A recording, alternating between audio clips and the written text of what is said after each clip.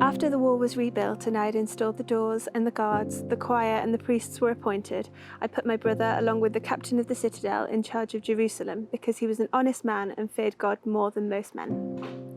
I gave them this order: don't open the gates of Jerusalem until the sun is up, and shut and bar the gates while the guards are still on duty. Appoint the guards from the citizens of Jerusalem and assign them to the posts in front of their own homes. The city was large and spacious, with only a few people in it, and the houses not yet rebuilt. God put it in my heart to gather the nobles, the officials, and the people to be registered. I found the record of those who were in the first return from exile, and I recorded them each by name. The total count for the congregation was 42,360.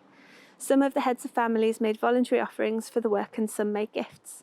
The priests, guards, choir, along with the rest of the people of Israel, all found a place to live in their own towns. By the time the 7th month arrived, the people of Israel were settled in their towns. Then all the people gathered as one person in the town square in front of the water gate and asked the scholar Ezra to bring the book of Moses that God had commanded for Israel. So Ezra the priest brought the book of Moses to the congregation, which was made up of both men and women, everyone capable of understanding. It was the first day of the 7th month. He read it facing the town square at the Watergate from early dawn until noon, in the hearing of the men and women, all who could understand it. And all the people listened, and they were all ears. The scholar Ezra stood on a wooden platform constructed for the occasion. He opened the book. Every eye was on him, and as he opened the book, everyone stood. Then Ezra praised God, the great God, and all the people responded, "Oh, yes, yes," with hands raised high.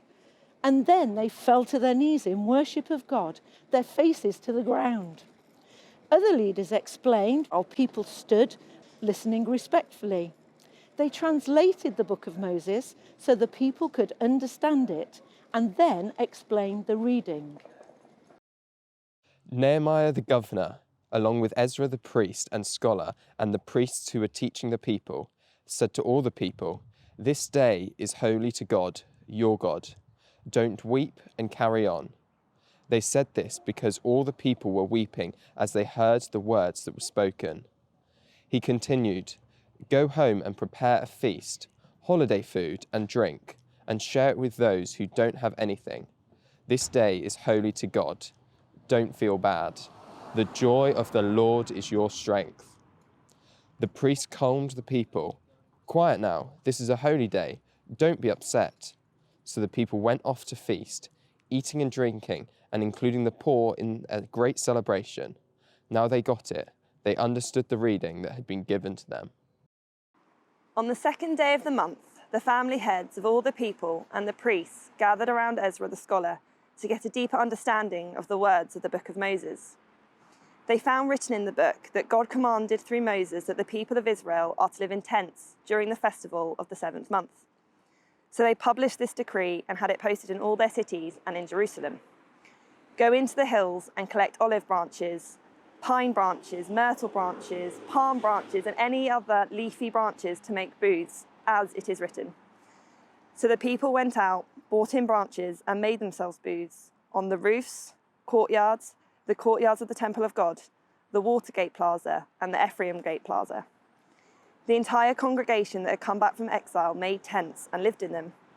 The people of Israel hadn't done this from the time of Joshua until that very day. A terrific day, great joy. Ezra read from the book of Moses each day, from the first to the last day. They celebrated the feast for 7 days. On the 8th day, they held a solemn assembly in accordance with this decree.